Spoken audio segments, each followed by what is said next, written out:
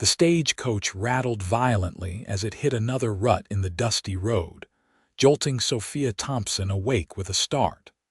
Her hands clutched the worn leather-bound journal in her lap, the only memento of her mother she had brought with her from Boston. The Nebraska Territory in 1867 looked nothing like the refined world she had left behind. Nothing but endless plains of wild grass stretched toward the horizon, occasionally broken by rocky outcroppings that stood like sentinels against the endless sky. "Almost there, miss," the driver called back, his voice barely audible over the clattering of wheels and the rhythmic pounding of hooves. "North Platte's just beyond that bend. Should make it before sundown." Sophia nodded, though the driver couldn't see her. Her stomach knotted with a mixture of dread and anticipation. In her reticule was a crumpled letter and a contract, the document that had changed her life and brought her 2,000 miles from everything familiar. The letter was from Thomas York, a cattle rancher outside North Platte, Nebraska Territory. She was to be his bride, sight unseen, their marriage arranged through a matrimonial agency back east. A practical arrangement he had written in his neat, steady hand. He needed a wife to help manage his growing ranch. She needed security after her father's death had left her penniless and facing a life of servitude as a governess. "You sure about this, miss?" The stagecoach driver's words interrupted her thoughts. "That York fella, he's got a reputation round these parts." "What sort of reputation?" Sophia asked, straightening her wrinkled traveling dress. The man shook his head. "They say he's dangerous. Man's got a temper that'd make the devil himself think twice." A cold chill ran down Sophia's spine despite the sweltering heat. "Dangerous how?" she pressed, leaning forward. "Stories, whispers," the driver shrugged. "I ain't one to gossip, but folks say he's killed men, got a darkness in him. Just thought you should know before you go tying yourself to such a man." The coach rattled around another bend, and suddenly the town of North Platte came into view, a collection of wooden buildings straddling the junction of the North and South Platte rivers. The settlement looked raw and unfinished, like something hastily built and not quite settled yet. "Is it too late to return to Boston?" she whispered to herself, clutching her reticule tighter. The driver chuckled without humor. "Unless you've got fair money hidden somewhere, I'd say so. Besides, this here's the frontier, miss. Ain't nowhere for a lady alone to go." As the stagecoach rolled down what passed for the main street of North Platte, Sophia tried to calm her racing heart. What had she done? Had desperation pushed her to tie herself to a monster? The coach lurched to a halt outside the North Platte Hotel, a 2-story wooden structure that was grander than its neighbors only by comparison. Sophia peered through the dusty window, half expecting to see a hulking brute of a man waiting for her. Instead, she saw no one. "Looks like your intended ain't here yet," the driver said, jumping down from his perch to open her door. "Better wait inside. Town gets rough after dark." With trembling legs, Sophia allowed the driver to help her down. The journey had left her exhausted, her elegant traveling suit dusty and crumpled. She felt keenly out of place as curious eyes followed her from the hotel porch and the saloon across the street. "You must be Miss Thompson," a woman's voice called. Sophia turned to see a plump, kindly-looking woman hurrying down the hotel steps. "I'm Martha Wilson. I run the hotel with my husband George. Mr. York sent word you'd be arriving today." "Yes, that's me," Sophia managed, relief washing over her at this friendly face. "Is Mr. York?" "He sent word he'd be delayed till morning," Martha explained, taking Sophia's carpetbag. "Ranch business, I expect. He's arranged a room for you here tonight." As Martha led her inside, Sophia couldn't help but ask, "Mrs. Wilson, what do you know of Thomas York?" The stagecoach driver said. Martha paused on the stairs, her expression unreadable. People talk, dear. This is a small town and folks love their stories. She hesitated, then added more quietly, but I wouldn't dismiss all those stories out of hand. Mr. York has a history. He's not a man to cross. That night, Sophia barely slept. The bed was comfortable enough, but her mind raced with possibilities, each darker than the last. What kind of man had she promised to marry? A violent man, a criminal. The walls of the small room seemed to close in around her as she considered her options. She had no money to return east, no family waiting for her, no skills that would allow her to survive alone in this harsh territory. Dawn broke with harsh clarity, sunlight streaming through thin curtains, as Sophia dressed in her best remaining dress, a blue calico that had once been fashionable in Boston, but now felt hopelessly out of place. She pinned her auburn hair neatly, applied a touch of rose water to her wrists, and tried to prepare herself for whatever waited downstairs. She needn't have worried about finding him.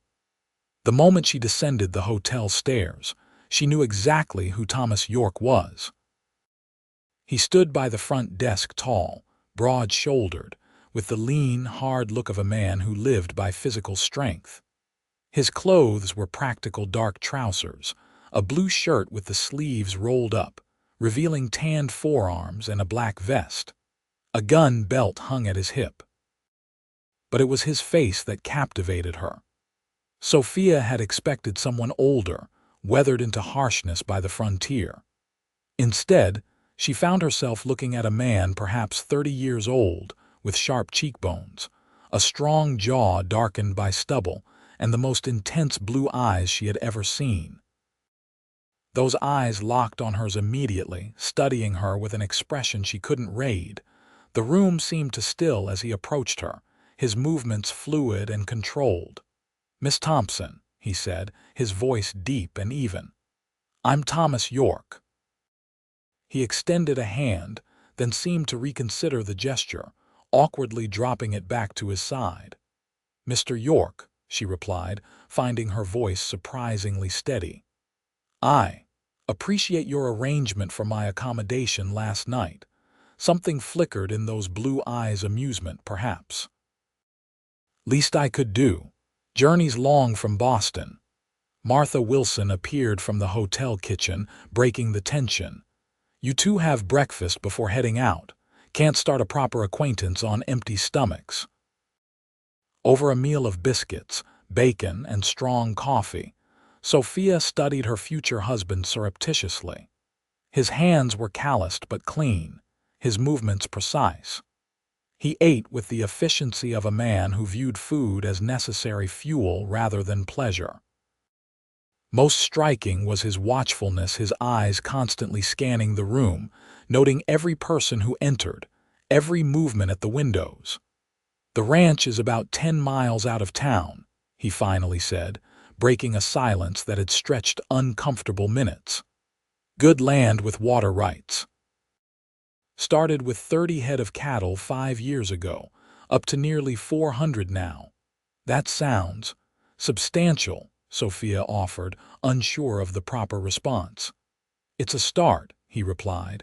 "Need to reach 1,000 head to compete with the bigger outfits."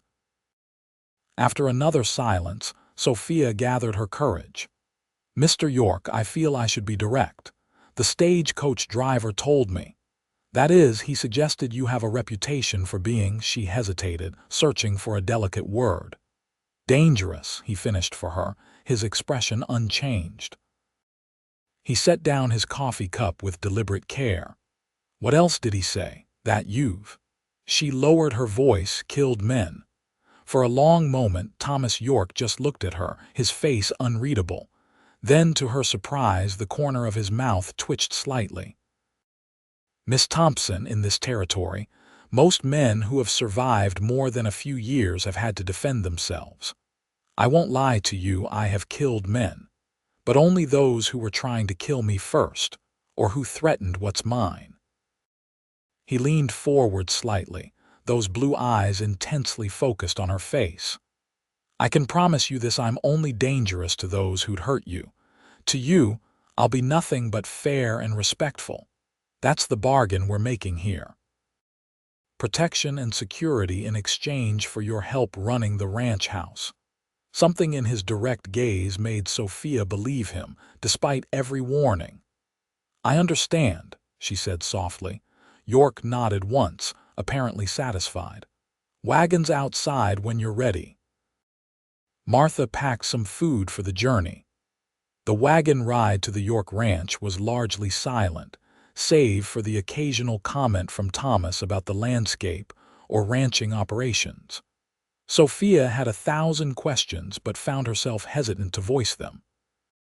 Instead, she watched the territory roll by seemingly endless grassland broken occasionally by cottonwood trees following the course of creeks and streams. There, Thomas said eventually, pointing to a cluster of buildings nestled in a gentle valley. That's Cottonwood Ranch. The ranch was larger than Sophia had imagined: a substantial main house built of logs and milled lumber, a large barn, bunkhouse, and various outbuildings. A corral held several horses, and in the distance, she could see cattle grazing on the hillsides. It's impressive, she said honestly. Something like pride flickered across Thomas's face. Built most of it myself. House was just a one-room cabin when I started. As they approached, 2 men emerged from the barn: a middle-aged man with a weathered face and a much younger man who couldn't be more than 20. That's Samuel, Thomas explained, my foreman. Been with me since the beginning. The young one is Daniel, works the horses. Both men tipped their hats respectfully as Thomas helped Sophia down from the wagon. She noticed how their eyes widened slightly at the sight of her clearly. Women were a rarity in these parts. Welcome to Cottonwood Ranch, Miss Thompson, Samuel said, his voice carrying the soft drawl of Texas.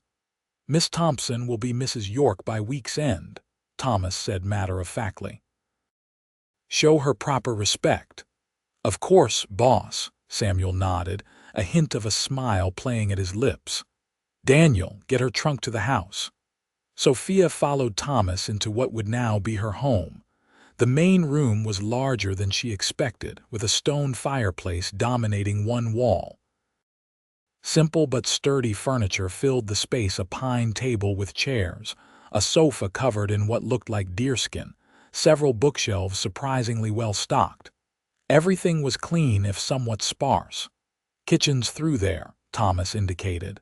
2 bedrooms upstairs. One's mine. Others got a bed made up for you. Figured you'd want your own space until after we're married. The consideration surprised Sophia. Thank you, she said softly. That's very thoughtful. Thomas seemed almost embarrassed by her gratitude. Well, I'll let you settle in. Samuel's wife, Clara, usually helps with cooking when she's not tending their place. She'll be by tomorrow to help you learn the routine.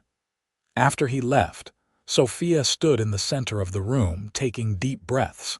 This was real. This was her new life, a mail-order bride to a man strangers called dangerous, in a territory barely civilized. She was about to sit down when she noticed a small vase of wildflowers on the table, clearly freshly picked, their colors bright against the rough wood. The small gesture of welcome brought unexpected tears to her eyes. The next few days passed in a whirlwind of activity, as Sophia learned the rhythms of ranch life. Clara Samuel, a no-nonsense woman in her 40s with kind eyes, showed her the kitchen supplies, laundry facilities, and garden patch behind the house. Men need feeding 3 times a day, Clara explained. Breakfast before dawn, dinner at noon, supper after work's done. In between, you'll have mending, cleaning, garden work. Never ends, truth be told. And Mr. York, Sophia asked hesitantly. What does he expect? Clara gave her a knowing look. Thomas is a fair man, works harder than any 2 men combined, doesn't drink much, doesn't gamble, keeps his word. She hesitated.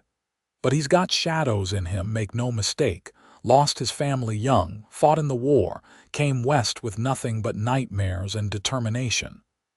The stagecoach driver said he was dangerous, Sophia admitted. Clara nodded slowly. He can be. To those that threaten what he cares about. 3 years back, rustlers hit the ranch, killed one of our boys. Thomas tracked them 50 miles, brought back our cattle, and left 7 bodies in the dirt. She looked directly at Sophia. But he's never raised a hand to a woman or child. Never will. That's what matters out here.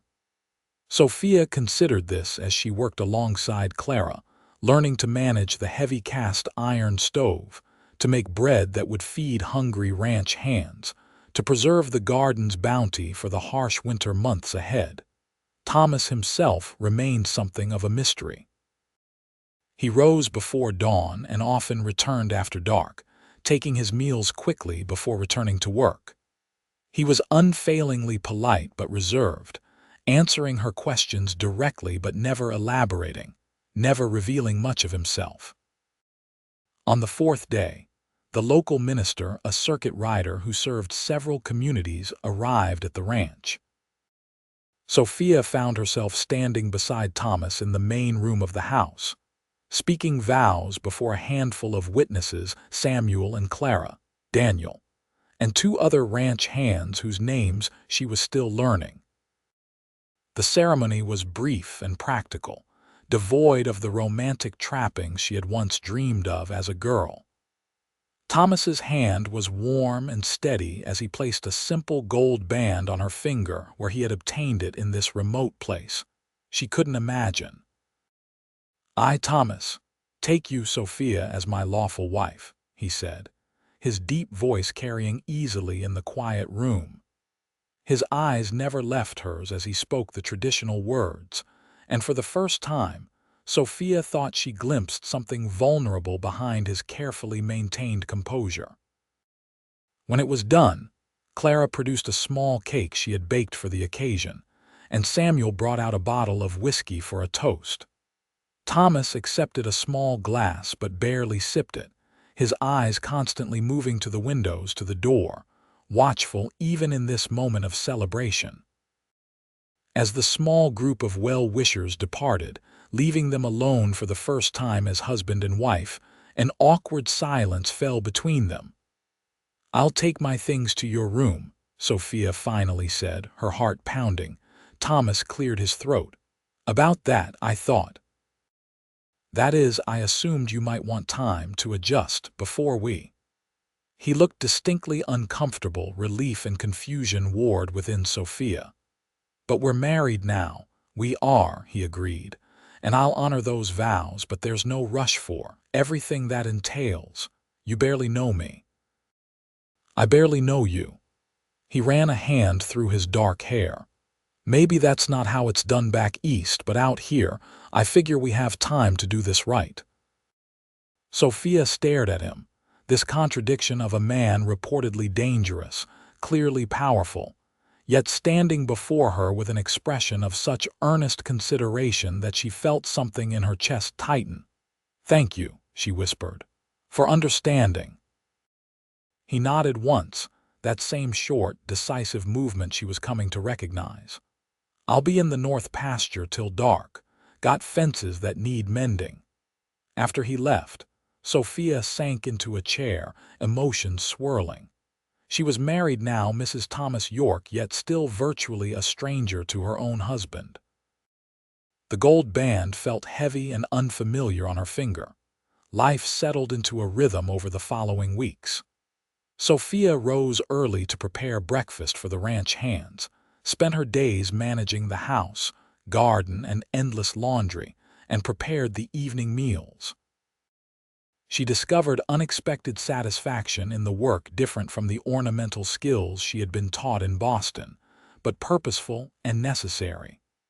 Thomas remained reserved but unfailingly respectful. Each evening they would sit at the table after supper, sometimes talking about the day's events, sometimes sitting in companionable silence. Occasionally, He would read aloud from one of his books, mostly history and practical texts, but also, surprisingly, poetry. His deep voice gave the verses a weight and meaning she had never heard before. He continued to sleep in his room while she occupied the spare bedroom, neither of them mentioning the unusual arrangement. If the ranch hands thought anything of it, they kept their opinions to themselves. It was nearly a month after their wedding when everything changed. Sophia had ridden into town with Clara to purchase supplies, her first trip back to North Platte since her arrival. The small settlement looked different now through the eyes of someone who had begun to adapt to frontier life. As they loaded their purchases into the wagon, Sophia noticed a group of men outside the saloon watching them. One broke away from the group and approached, swaggering slightly. "Well, if it ain't Thomas York's mail-order bride," the man said, his voice carrying. He was tall and robined, with a pockmarked face and small, mean eyes. "Prettier than I expected. York always did have luck." "Let's go, Sophia," Clara said quietly, her expression tense. "Don't engage with Garrett Miller." "Aw, don't rush off," Miller said, stepping closer. "Just being neighborly. Welcoming the newest addition to our little community." His smile didn't reach his eyes. "Tell me, Mrs. York, has your husband told you about our history, about what kind of man he really is?" "That's enough, Miller," Clara snapped. "Get back to your whiskey." Miller ignored her, his eyes fixed on Sophia. "Did he tell you about the men he killed?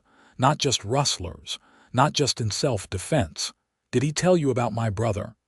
Sophia's heart pounded as she met the man's hateful gaze. "I know my husband has defended himself and his property," she said, proud of how steady her voice sounded. Miller laughed, a harsh sound with no humor. "Is that what he calls it? My brother wasn't no rustler. They had a disagreement over water rights. Next thing, James is dead with York's bullet in him." He stepped closer, close enough that Sophia could smell the whiskey on his breath. "Your husband's a killer, Mrs. York, cold-blooded, and someday soon he'll answer for it." "That's a lie," Clara hissed. "Your brother drew on Thomas first. Everyone in the territory knows it." "Time to leave, ladies," came a new voice. Sophia turned to see the town sheriff approaching, hand resting casually on his holstered gun. "Miller, back to the saloon or the jail cell. Your choice." Miller hesitated, then spat on the ground near Sophia's feet. "Give your husband a message. Tell him Garrett Miller's watching and waiting." The ride back to the ranch was tense, with Clara alternately fuming and trying to reassure Sophia. "Miller's all talk," she insisted. "Has been ever since Thomas killed his brother in a fair fight 3 years ago. James Miller drew first, half the town saw it happen." "But why?" Sophia asked. "What started it?" Clara sighed. "The Miller brothers came up from Kansas, thought they'd take what they wanted, land, cattle, water rights, started threatening smaller ranchers, rustling cattle. Thomas stood up to them when no one else would. James didn't take kindly to that, called Thomas out right on Main Street, drew his gun, and still ended up dead. Thomas was cleared by the territorial judge, self-defense, plain and simple. And Garrett Miller has been waiting for revenge ever since," Sophia concluded quietly. "Threatening, drinking, causing trouble.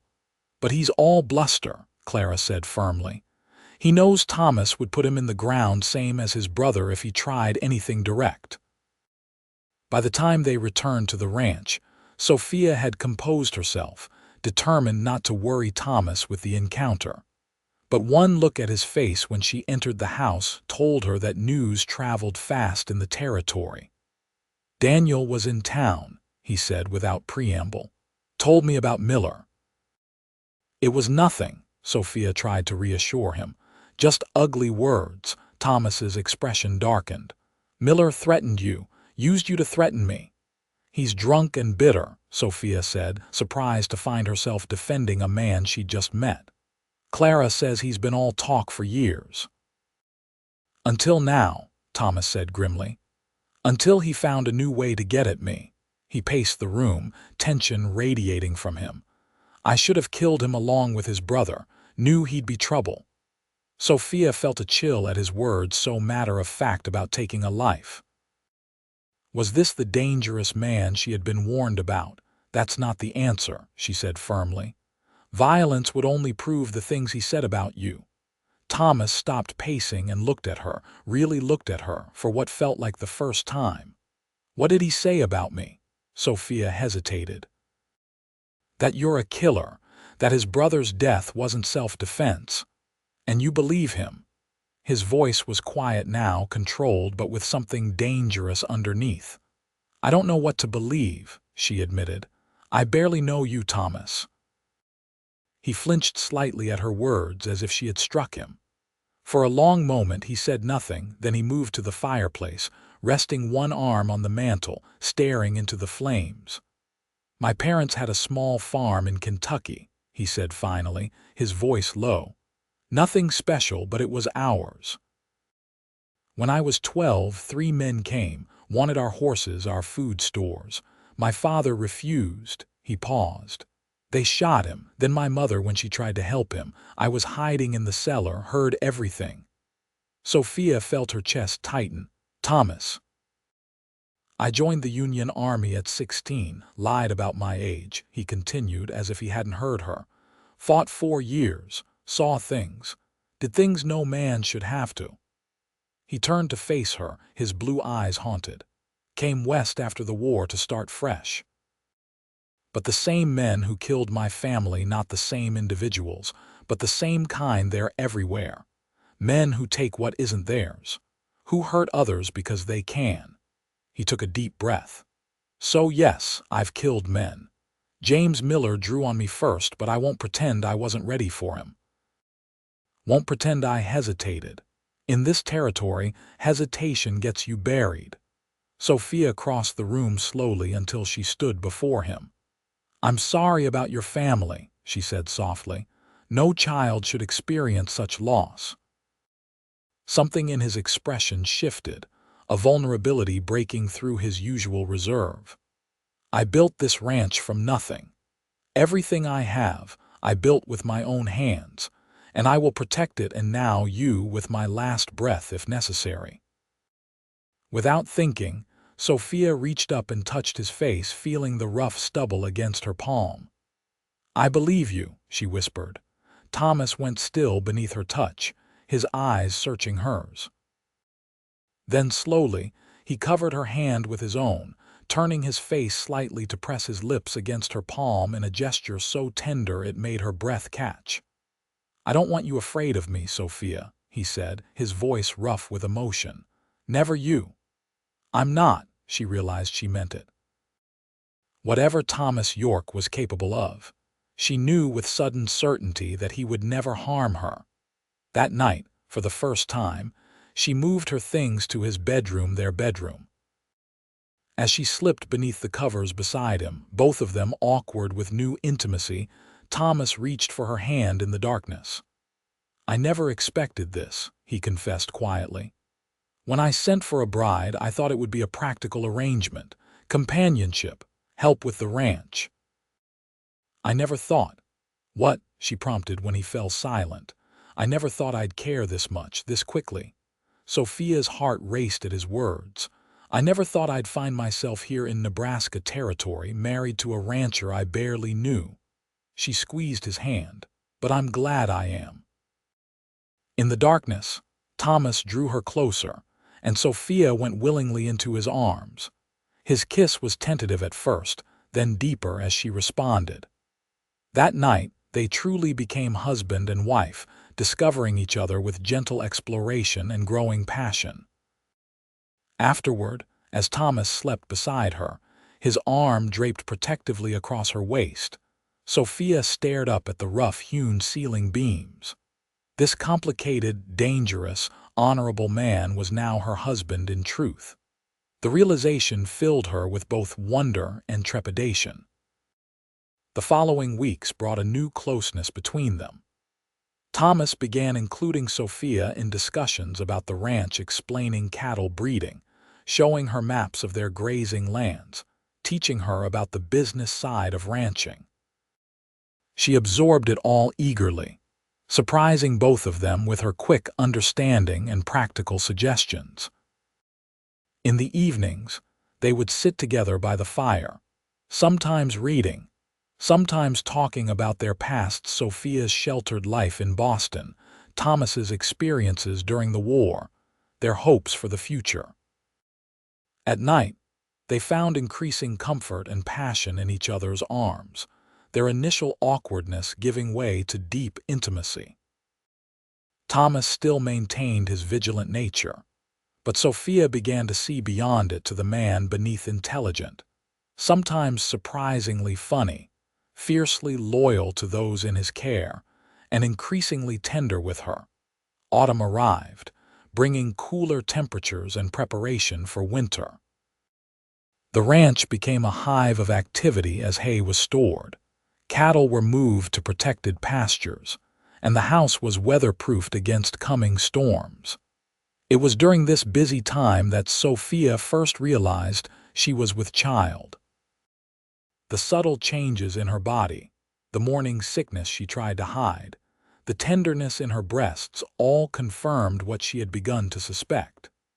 She kept the knowledge to herself at first, wanting to be certain before sharing such momentous news with Thomas. One evening, as they sat together after supper, Thomas noticed her barely touched plate. "Are you feeling unwell?" he asked, concern evident in his voice. Sophia took a deep breath. "Not unwell exactly." She met his eyes. "Thomas, I believe I'm going to have a baby, our baby." The transformation in his expression was immediate shock giving way to wonder, then to a joy so pure it made her eyes fill with tears. In an instant, he was beside her chair, kneeling, his hands gently cradling her face. "A baby," he repeated, his voice rough with emotion. "Sophia, I never thought." He swallowed hard. "A family of my own." The vulnerability in his expression broke something open inside her.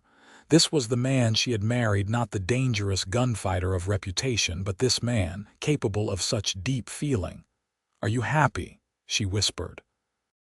His answer was to kiss her, pouring all his emotion into the gesture.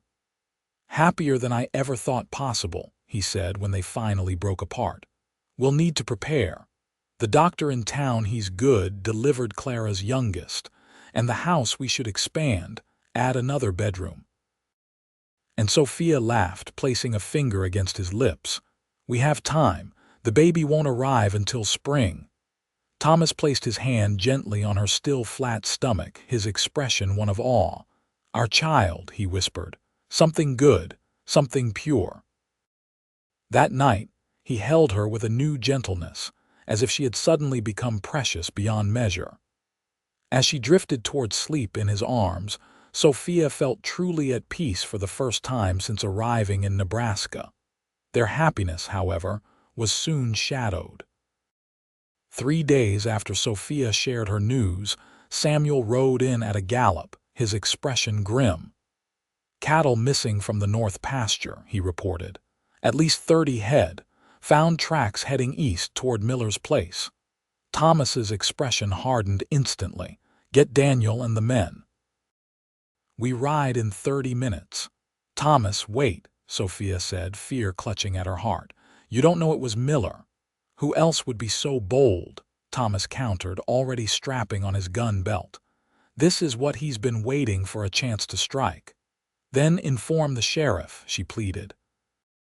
"Let the law handle this." Thomas's laugh was bitter. "Sheriff Jenkins won't cross the Millers, too afraid of getting a bullet in his back some dark night." He softened slightly at her expression. "I'm not looking for a fight, Sophia, just to recover what's mine. But I'll be prepared if Miller wants trouble." She watched helplessly as Thomas and 6 ranch hands rode out, dust billowing behind them. Clara, who had arrived to help with canning, put a comforting arm around Sophia's shoulders. "They'll be back by nightfall," she assured her. Thomas knows what he's doing." But nightfall came and went with no sign of the men. Sophia paced the house, unable to eat, unable to rest. Every sound made her rush to the window, hoping to see riders approaching. It was well after midnight when she finally heard hoofbeats in the yard. She ran outside, a lantern held high, relief flooding through her at the sight of Thomas dismounting, apparently unharmed. But her relief was short-lived. As the other riders came into the circle of lantern light, she saw Daniel slumped in his saddle, supported by Samuel, his shirt dark with blood. "Get him inside," Thomas ordered, his voice tight. "Sophia, we need hot water, bandages." The next hours passed in a blur as they worked to save the young ranch hand. The bullet had gone through his shoulder, missing vital organs but causing significant blood loss. By dawn, Daniel was sleeping fitfully, his wound cleaned and bandaged, his fate still uncertain.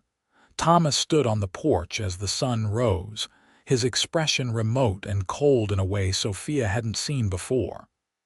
"What happened?" she finally asked, wrapping a shawl around her shoulders against the morning chill. "Found our cattle on Miller's land as expected," Thomas said flatly. "He and his men were waiting. Ambush. Started shooting before we could even talk." He turned to look at her, his eyes hard. "Daniel took a bullet meant for me. Miller aimed straight for my chest." Sophia felt ill. "And Miller got away. 2 of his men didn't." The matter-of-fact way he said it sent a chill through her. "This isn't over, Sophia. Miller won't stop now that blood's been spilled. What will you do?" Thomas's expression was resolute. "End it. Once and for all." "No," Sophia grabbed his arm. "Thomas, please, you have a child coming. Our child needs a father." Something flickered in his eyes, doubt perhaps, or fear. "And what kind of father would I be if I let a man like Miller take everything I've built? Everything I want to give our child, a living one," she whispered. "Please, Thomas, there must be another way." For several long moments he said nothing, his internal struggle visible in the tension of his body. Finally he sighed. "I'll send for the U.S. Marshal in Omaha. Jenkins won't act, but the federal authorities might, if they'll come." Relief flooded through Sophia. "Thank you." Thomas pulled her gently into his arms. "I won't let anything happen to you or our baby," he promised fiercely. "Whatever it takes." The next 2 weeks passed in tense vigilance. Thomas dispatched a trusted ranch hand to Omaha with a message for the U.S. Marshal, but it would take time for any response. Meanwhile, extra guards were posted around the ranch, and no one rode out alone. Daniel's condition improved slowly, though he remained weak from blood loss. Sophia tended him diligently, grateful for the distraction from her constant worry about Thomas. Despite her condition, Sophia insisted on maintaining her usual duties: cooking, cleaning, tending the garden. Physical work helped keep her mind from darker thoughts, and in truth, she was still early enough in her pregnancy to feel relatively well most days.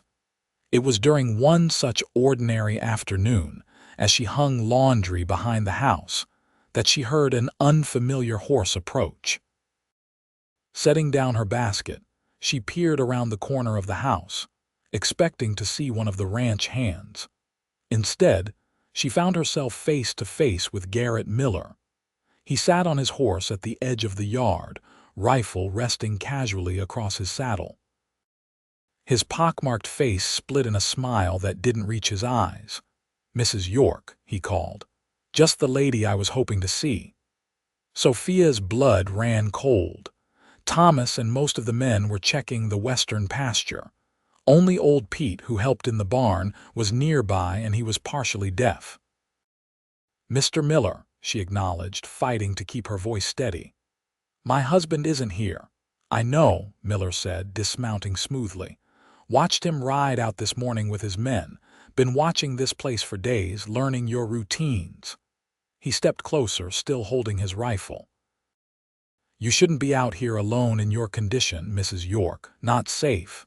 Sophia's hand instinctively went to her stomach. How did you small territory? People talk. Miller's smile widened. Congratulations. Shame the little one won't know its father. Terror gripped Sophia, but she forced herself to stand straight to show no fear. What do you want, Mr. Miller? Justice, he replied simply. Your husband killed my brother. Now he's killed 2 of my men. Blood demands blood. The law, Miller laughed. There is no law out here except what men make with their guns. Your husband knows that better than most. He stepped closer. Now you're coming with me, Mrs. York. Thomas cares about you, that much is clear. He'll come for you, and when he does. He patted his rifle meaningfully. Using me as bait, Sophia said coldly. That's cowardly. Something dangerous flashed in Miller's eyes. Careful with that tongue, woman. I need you alive, not unharmed. Sophia backed away slowly. I won't go with you. You don't have a choice, Miller said, advancing on her. Sophia turned to run, but Miller was faster, grabbing her arm with punishing force. She cried out, struggling against his grip. Let her go, Miller. The new voice, Thomas's voice, cut through the air like a whip. Both Sophia and Miller froze, turning toward the source. Thomas stood at the corner of the house, his gun already drawn and pointed steadily at Miller. His face was a mask of cold fury that made him almost unrecognizable. Miller reacted instantly, yanking Sophia against him as a shield, his rifle barrel pressed against her ribs. Drop the gun, York, or I put a bullet in your pretty wife. Time seemed to slow. Sophia could feel her heart pounding, could see the calculation in Thomas's eyes as he assessed the situation. His gun remained steady. You won't shoot her, Thomas said with deadly calm. She's your only leverage. Miller's arm tightened painfully around Sophia's throat. Maybe not. But I could hurt her. Hurt your unborn child. You willing to risk that? For a fraction of a second, doubt flickered across Thomas's face. That momentary hesitation was all Miller needed.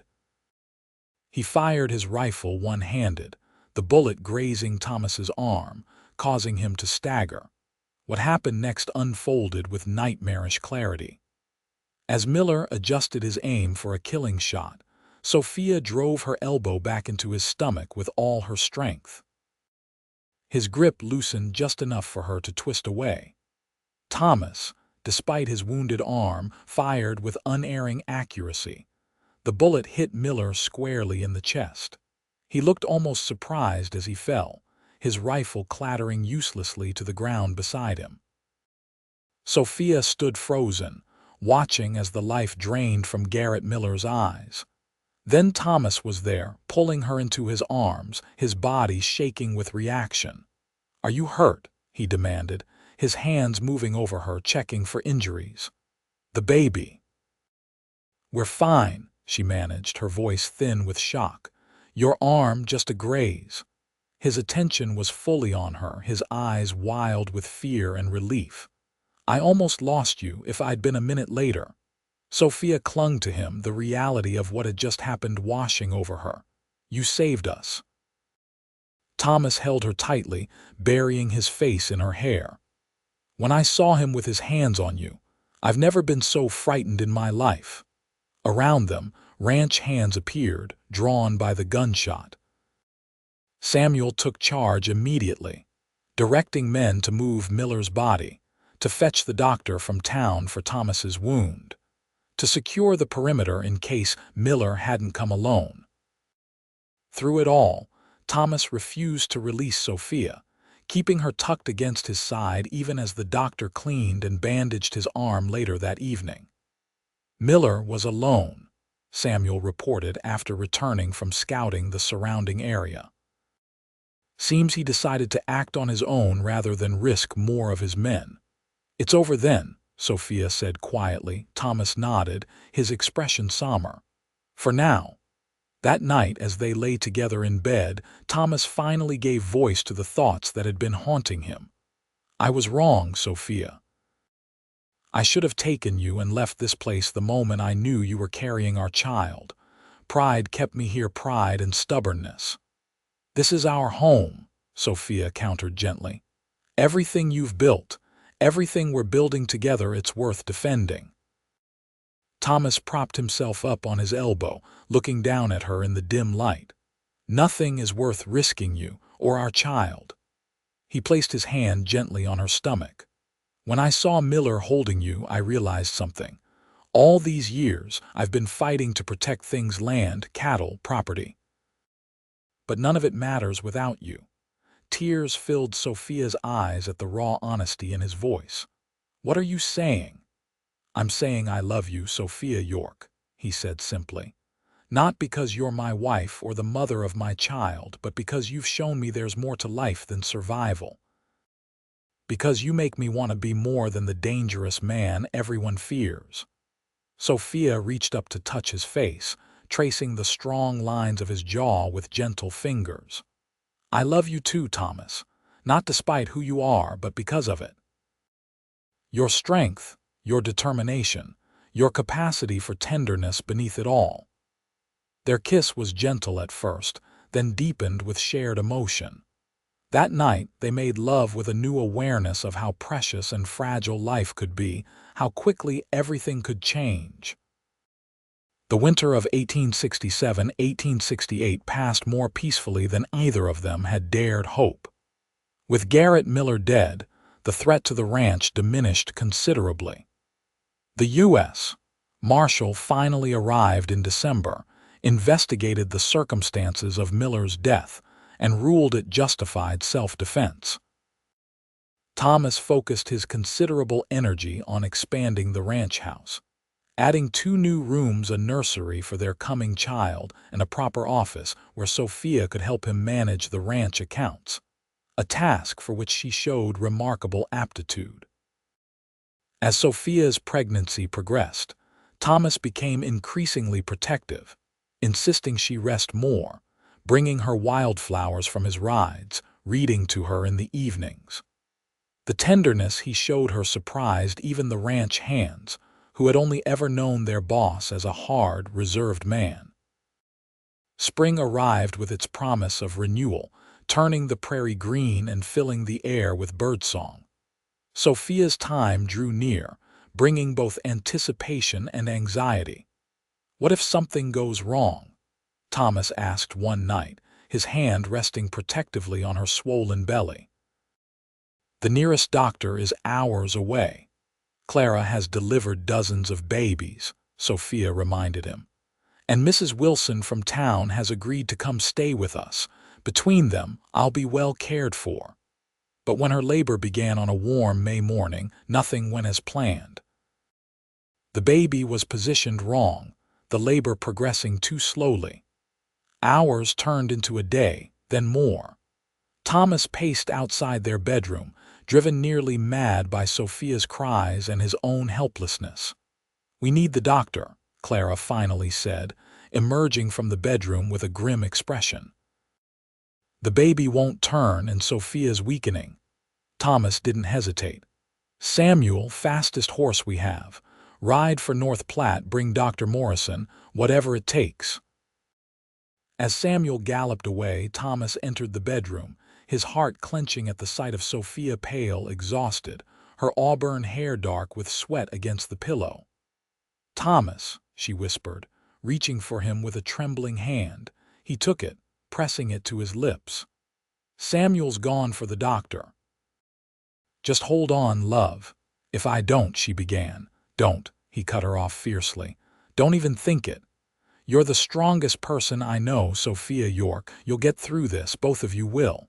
She managed a weak smile. The dangerous Thomas York, afraid of a little childbirth. Despite everything, he found himself smiling back. "Terrified," he admitted. "You've made me a coward wife. I can face down gunmen without blinking, but the thought of losing you." He swallowed hard. "Just fight, Sophia, fight for us." Hours later, Samuel returned with Dr. Morrison, a grizzled, competent man who took command of the situation immediately. Thomas was banished from the bedroom once more, left to wear a path in the floorboards of the main room as he waited. When he finally heard a baby's cry, the sound hit him like a physical blow. He froze, staring at the bedroom door, hardly daring to hope. When it opened to reveal Dr. Morrison, the man's expression gave nothing away. "You have a son, Mr. York," the doctor said. "Strong lungs on him." "And my wife," Thomas could barely form the words. Dr. Morrison's face softened. "Exhausted, lost a good deal of blood, but she's young and healthy. With proper care and rest, she should recover fully." Relief made Thomas's knees weak. "Can I see them?" Inside the bedroom, Sophia lay propped against pillows, looking impossibly fragile but with a radiance that took his breath away. In her arms was a tiny bundle wrapped in a soft blanket. "Thomas," she whispered as he approached, "meet your son." With trembling hands, Thomas took the infant, staring in wonder at the tiny face, red and wrinkled, with a shock of dark hair like his own. When the baby opened his eyes, revealing a deep blue that matched Thomas's exactly, something broke open inside him. "He's perfect," Thomas managed, his voice thick with emotion. "You're perfect." Sophia watched them, her heart so full it felt it might burst. This dangerous man, this protector with his gun and his scars and his haunted eyes, cradled their newborn with such exquisite tenderness, it brought tears to her eyes. "What shall we name him?" she asked softly. Thomas considered the tiny face. "William," he said after a moment, "after my father." "If that's all right with you." "William York," Sophia tested the name. "It's perfect." The weeks that followed were a blur of exhaustion and joy as they adjusted to life with their newborn. Thomas surprised everyone, including himself, with his willingness to help care for the baby, walking the floor with him at night when he wouldn't settle, changing cloths, even attempting to bathe him, with mixed results that left both father and son drenched. By midsummer, Sophia had regained her strength. One evening, as they sat on the porch watching the sunset, William sleeping peacefully in his cradle beside them, she turned to Thomas. "You ever regret it?" she asked. "Sending for a mail-order bride instead of finding a local girl?" Thomas considered the question seriously. "Never," he said finally. "Though I wonder sometimes if you regret answering my advertisement. You could have had an easier life, a safer one." Sophia shook her head, reaching for his hand. "I was told you were dangerous," she reminded him, a smile playing at her lips. "I remember how afraid I was that first day." "And now?" he asked, his blue eyes searching hers. "Now I know the truth," she said softly. "You're only dangerous to those who would hurt what you love. And being loved by you, Thomas York, has made me feel safer than I've ever felt in my life." Thomas pulled her gently into his arms, mindful of her still healing body. "When I built this place, I thought I was building a ranch," he said, his voice low as he gazed out over the land they had come to share. "I never realized I was building a home, our home." As the last light faded from the sky, their son stirred in his cradle, beginning to fuss. Together, they rose to tend to him, moving in the easy rhythm they had developed over the past year. That night, as they lay in bed, William finally asleep in his cradle nearby, Thomas propped himself up to look at his wife in the moonlight streaming through the window. "I never told you," he said quietly, "but that first day when you asked about my reputation, about being dangerous, I almost laughed." "Why?" Sophia asked, curious. "Because the moment I saw you step off that stagecoach, I knew the truth," he admitted with a small smile. "You were far more dangerous to me than I could ever be to you. One look from those green eyes of yours and I was lost." Sophia smiled, pulling him down for a kiss. "Then we're evenly matched, husband." Outside their window, the vast Nebraska sky stretched endlessly. stars scattered like diamonds across its dark expanse. The dangerous cowboy and his mail-order bride had found in each other something neither had expected, not just security or companionship, but a love powerful enough to heal old wounds and build a future bright with promise. In the years that followed, the York Ranch prospered, growing into one of the largest operations in the territory. William was joined by 2 sisters and another brother. Thomas's reputation changed gradually from dangerous to respected. Though those who knew him well understood, he remained a force to be reckoned with when it came to protecting his family. And Sophia, who had once been warned against marrying a dangerous man, never regretted her decision. The frontier had taught her strength she never knew she possessed, and Thomas had shown her a love deeper than she had ever dreamed possible. Together, they had built not just a ranch, but a legacy, one founded on the understanding that true strength came not from fear, but from love fiercely protected.